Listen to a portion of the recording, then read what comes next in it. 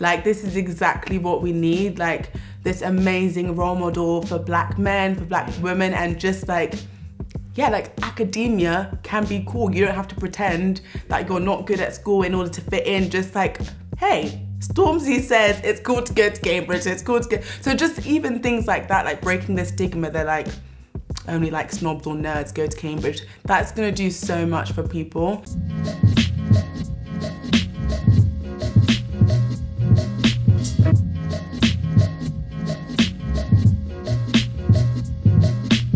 Hello, my name is Fopé. So I am a writer. So my debut poetry collection called Reclaim is coming out early December. I also own my own creative consultancy called Oriki Collective, and we design and facilitate bespoke workshops and talks in creative writing, storytelling and public speaking. I am a bookworm and creative arts enthusiast, and I'm definitely a people person as well. I love finding out about people's stories and the way they think. I feel like I've definitely been carrying this collection for a number of years, probably the last 4 to 5 years, but I just haven't really had the language for it until the last year or so. So it's one of those things that just appears on your annual like New Year's goals. It's just there every single year. Publish a collection, publish a collection, publish a collection. Because I've always been writing, but I never quite knew how to bring it all together. But the last year or so has just taken me on creative journeys, spiritual journeys, which has finally given me the language to bring it all together, and suddenly things which seemed really disconnected just came together quite organically. I think that's always the best way. It's like when it comes at the right time. Exactly. In the right season as well. So of course your book is called Reclaim. It's a collection of poems. When did you start the process of putting it all together? Probably towards the end of last year, I was more deliberate in terms of beginning to like collect all the writing that I've been producing, because I've been writing for such a long time, but putting it all together in one place. And I was just writing lots of material towards the beginning of the new year. But it probably wasn't until the summer where I finally got like, I've had the name for about a year, but the summer is when I got the idea for the 3 different sections. So it's split into 3 parts called My Voice, My Crown, and Our Ground. It's also titled in Yoruba as well, those sections, which is my language of heritage. So yeah, I think summer onwards is when I really like put my head down and said, okay, these are the dates, this is what we're gonna work towards.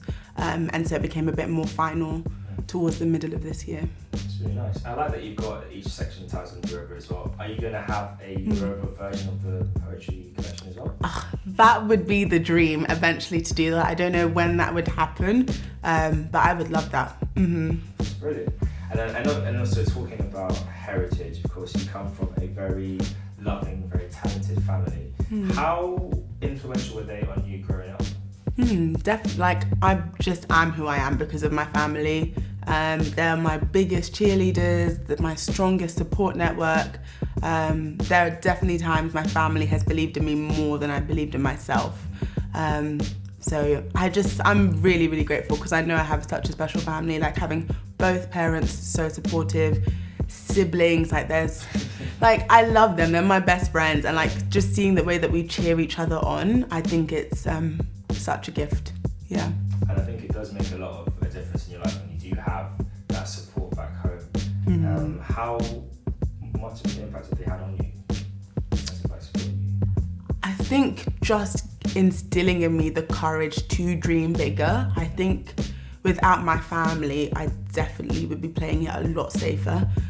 Even in terms of starting my own business at the beginning of the year, so many times this year I wanted to give up, and it was my family who encouraged me to still like give it time, to still pursue it.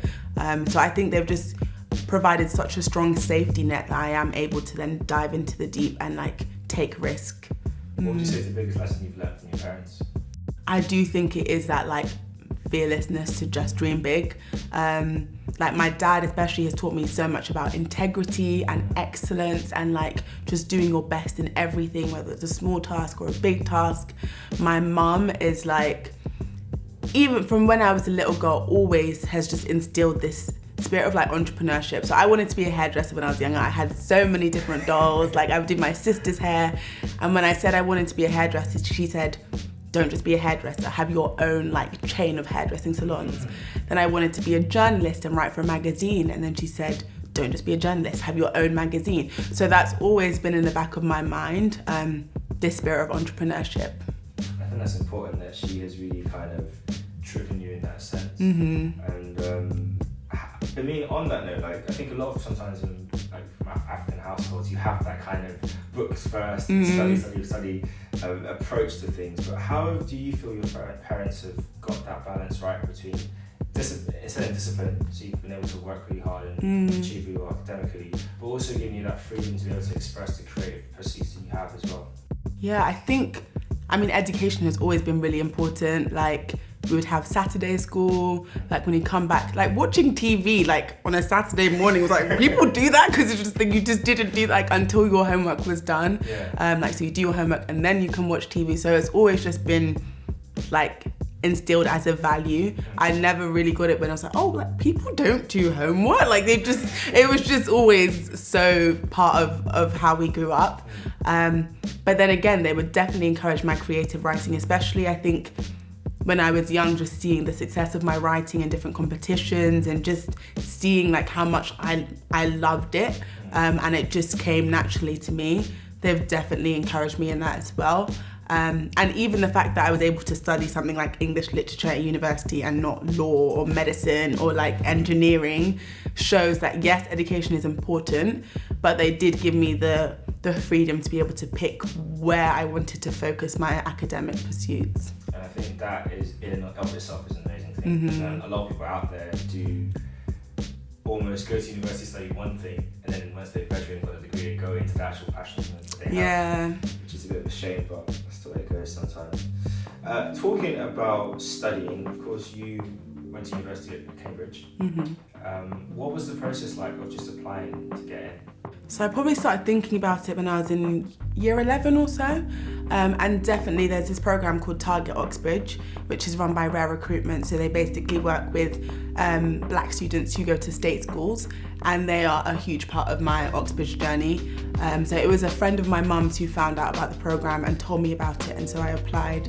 I always did well in school. I enjoyed school, I did well, but I never had really considered Oxbridge before. Not because I thought I couldn't do it, more just because why would I want to go there? Like, I just thought it would be full of snobs or nerds who had no social skills or who were really awkward. Like, I just felt like it wasn't a desirable place. So then going to Target Oxbridge, they would take us on trips to Oxford and Cambridge. And I remember there was a moment in Oxford where we were with the African Caribbean Society, and there was just a moment where it just clicked, like, oh, you're normal, like you're fun, you like are funny, and you go out with friends, and like you're the same. And so it just closed like the chasm which I'd created in my mind. Yeah. I think that's important to have that experience early, because sometimes you just get put off by something you feel like there's no one there that's like you. Exactly. So of course, we all into anything we go into, we always have expectations. How do the expectations you had going into Cambridge stack up to the reality of being there? Yeah, I think there was definitely like quite a bit of like fear of just the unknown going into it. And like you just hear so much, especially in the press, like all these horror stories, like particularly about the interview. I think that's where there's the most stigma, because you would always read these articles about a student was made to like analyze a banana, like all these crazy things, which it's not true most of the time. And so I think I had all of that in the back of my mind. But going there, I ended up really enjoying my time. It definitely took a while to settle in. Probably wasn't until the second year that I finally felt at home in Cambridge. The first year was very rocky, quite lonely. But by the end of it, I'd made so many incredible memories, incredible friends. So yeah, in some ways it was better than what I expected. Also harder because there's so much about it which is just about just getting in. But you forget, like, that's just this much of the work. Like, that's nothing. Like, you're just scratching the surface. Like, the real hard work starts when you actually are there. And I think sometimes you just forget that, like, oh, I've made it and now I can rest. But it's a very, like, academically, like, rigorous 3 years. That's a really good point. I mean, you touched on, like, the first year was quite lonely. School was you used to be in. What would you say was a contributing factor in that sort of feeling?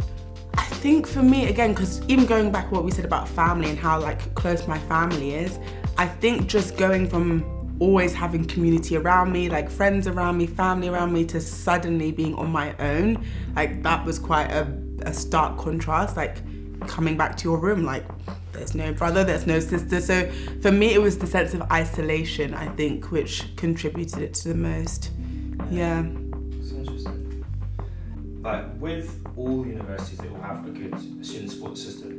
What was it like at Cambridge? Was there like good access to the, I guess, student support there, and what was it like?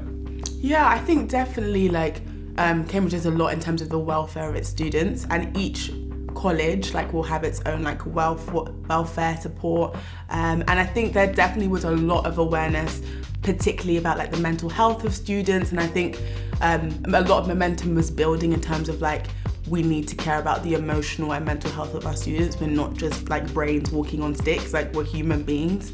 And so I was very lucky in terms of my supervisors were so lovely. So like I'm pretty sure I cried in my supervisor's room like a couple of times and I felt no way about it.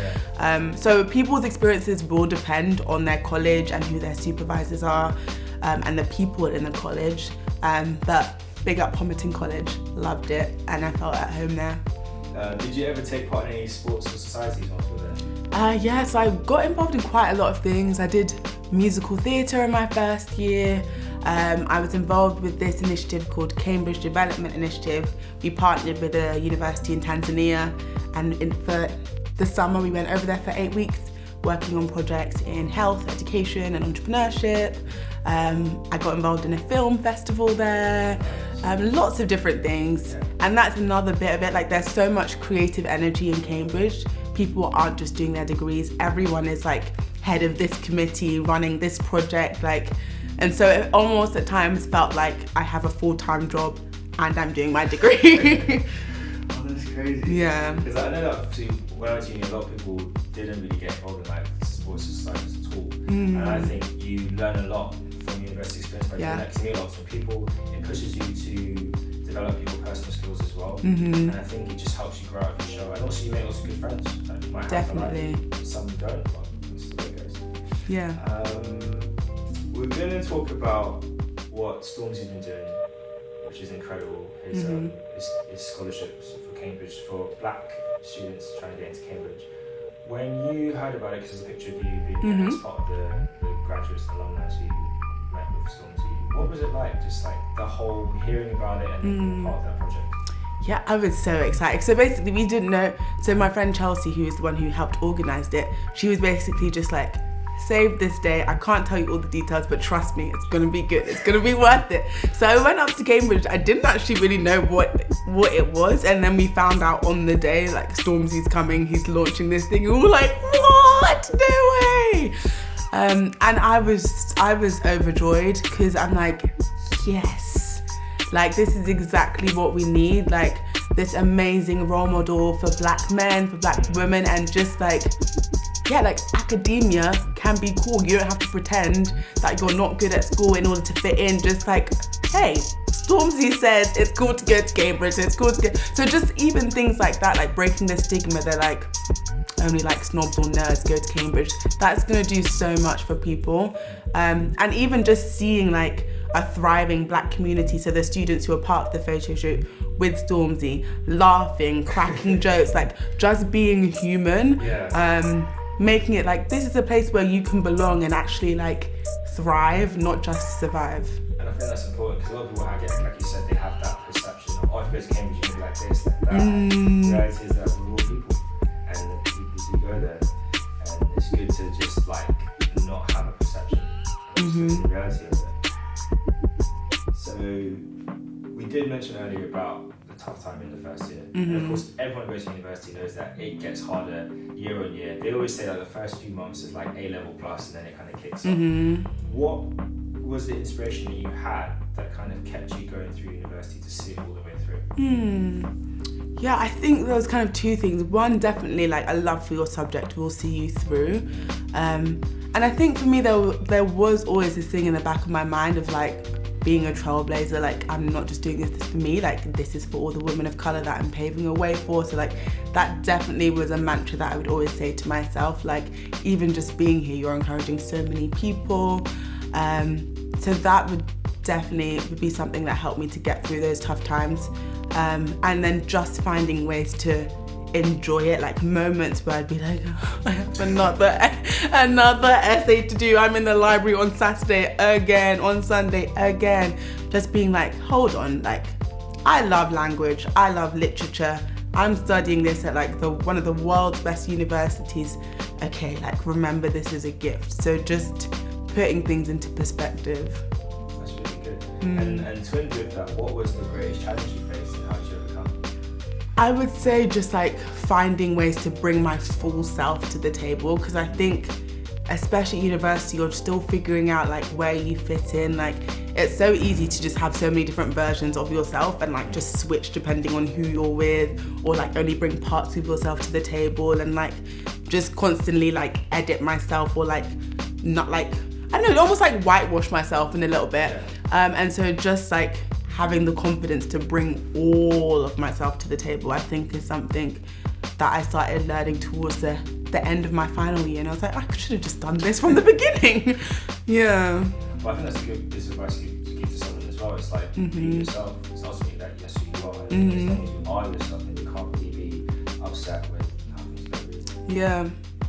And if you were going to give a piece of advice, so firstly to someone that's applying to Cambridge and someone that's in first year now, they're just in their, midway through their first term, what would your advice be to them?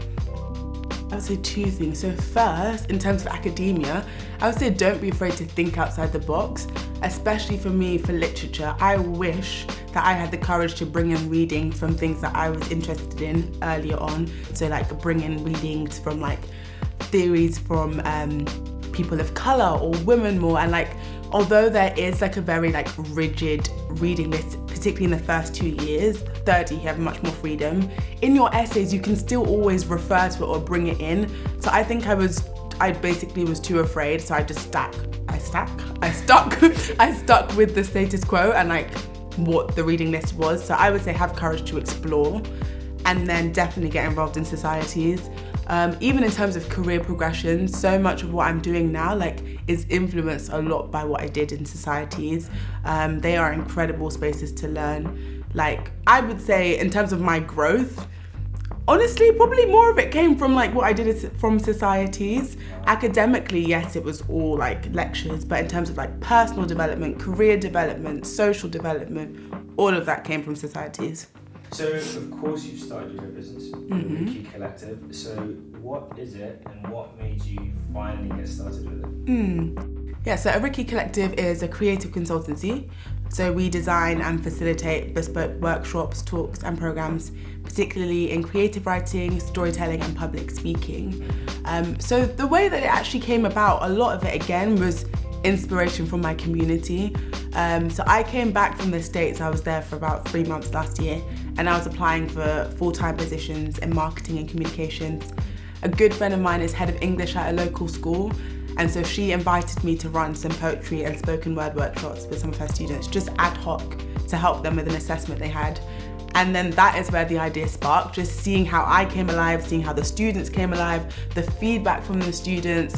I was like, oh, there's something here. And so she really encouraged me to pursue it. Like, you could expand this, have different programs in different places.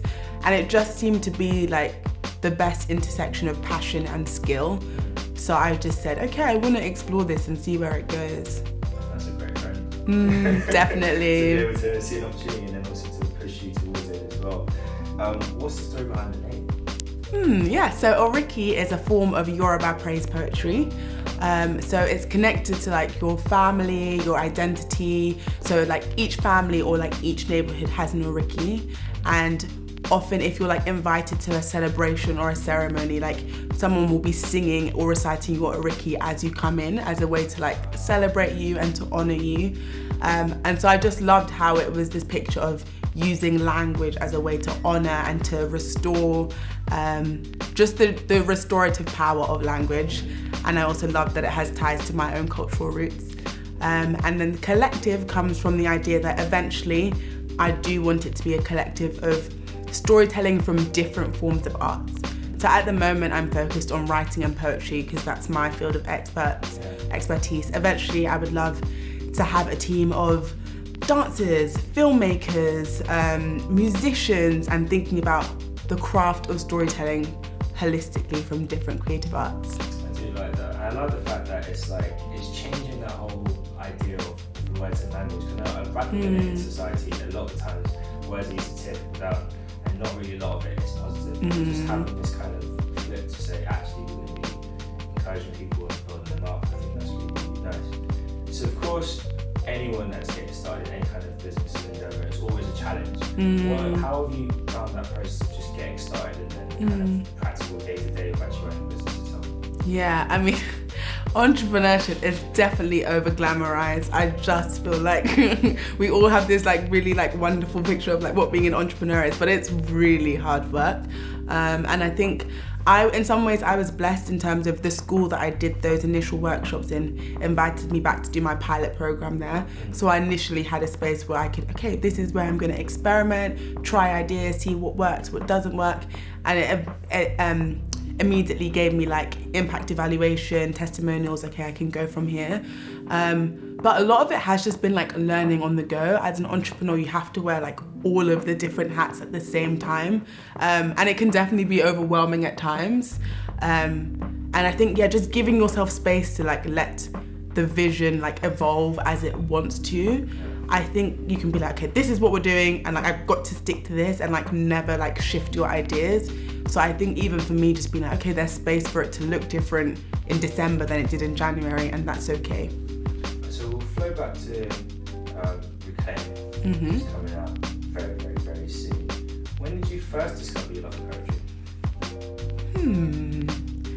I feel it sounds so cliche, I've always been writing, but I generally feel I have always just loved writing. Even as a child in people's birthday cards, I would always just write a little poem for them. I used to love acrostic poems. That was my go-to poem, when you'd write out a mother and then have little sentences for each thing.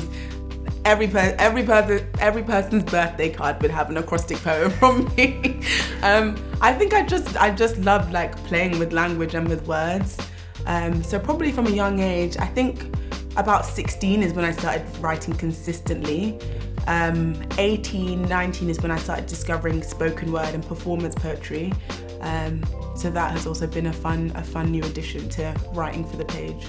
And of course you wrote a poem which was used at the end of the London 2012 Olympic Games. What was that like? But honestly, again, it was one of those things that was where did this come from? So it started off as a poem for my secondary school's poetry and music evening. So I performed it for that competition. It didn't actually win the competition for my school. And so my teacher, shout out to Mr. Natton, he was that was a really good poem, I think it should have won. So he submitted it to the Mayor of London's competition without me knowing. He submitted it for me. And then it won the competition. And then from there, a few months later, the BBC discovered it and decided to create this montage for the closing ceremony. Wow, isn't it amazing? Yeah. When you laugh, that can just make that the key difference in itself. And of course, at the minute, in general with poetry, there's a lot of kind of interest again. I think podcasts have made a massive difference. George the Poet's an amazing podcast, and with that, obviously, people like to do live shows. So have you ever thought of doing a live poetry experience off the back of this project? I would love that, definitely. So in the run-up to the collection, I started a spoken word series, so 6 featured poems from the collection. I've collaborated with some musicians and we've put them out as lyric videos, and even that has been music and poetry coming together is so powerful. There's just so much scope. I would love to have this this intersection of different art forms as part of this just storytelling experience. So poetry, dance, there could be visuals in the background. I think there's just a lot more courage to experiment with the form of poetry now, which is really exciting. And I think I'm glad that we've gotten to that place as well. Yeah. Art needs to be given that room to grow and breathe. I think that's a really good thing with it. So of course, everyone, when they do any form of endeavour, they always have their early work and then their current work. There's always that kind of looking at it thinking, I know personally from doing this, from the early stuff to now, how much things have improved. So how would you say your poetry has changed from the beginning till now? I would say it's become less self-conscious. I think when I was younger, I was always aware of like who's going to read it, when is it going to be read, like the context of like the reader or the audience. Whereas now I think I'm just writing much more naturally, first of all for myself, and then I'm like, okay, actually I think this can be shared. And I remember I was listening to a podcast and they said it's really important for any artist to obviously write for things that you want to share, but also just have some things that you're never going to share just for yourself. And so like a lot of my poems now, they may evolve from like a journal entry or just like writing down a couple of thoughts here and there. Some I like work on for months and months and keep going back to. Some just like erupt in a moment. So it really does depend on the poem. But yeah, I would say less self-conscious and less concerned with what I think poetry should be doing rather than what the poem just wants to do. That's a good sign of growth. And would you say you're inspired by your surroundings yourself? I would say so, yeah, definitely. In terms of people, like people's stories are constantly inspiring me. A lot of the time, some of my poems come from conversations I have with friends or something I see on the news. And then some of the stuff as well is just my own internal process. So I think, yeah, there is this nice balance of like internal process, external kind of observation. So when you did a post on Facebook talking about famous black alumni from Cambridge, how did you discover them? And how did you discover them? What was the heart behind doing that? So there is this amazing society called the Black Cantab Society, and so they basically do research into like these hidden figures, so black people who have studied at Cambridge, ranging even all the way from like 14th, 15th century, which is wild because I was like, why did no one tell, like why don't I know these things? And so they actually had an exhibition last October in the university library with like portraits from a wide range of black students who have studied in Cambridge over the years. And so I absolutely love that because it just reminds you like, okay, yeah, whilst it's still hard, like it must have been way harder for them. Precisely, yeah. And so like, yeah, I'm not the first and I won't be the last. I think that's amazing. Fopé, thanks for coming on. Of course, your book is out on 5th of December. So please check it out. There will be a live launch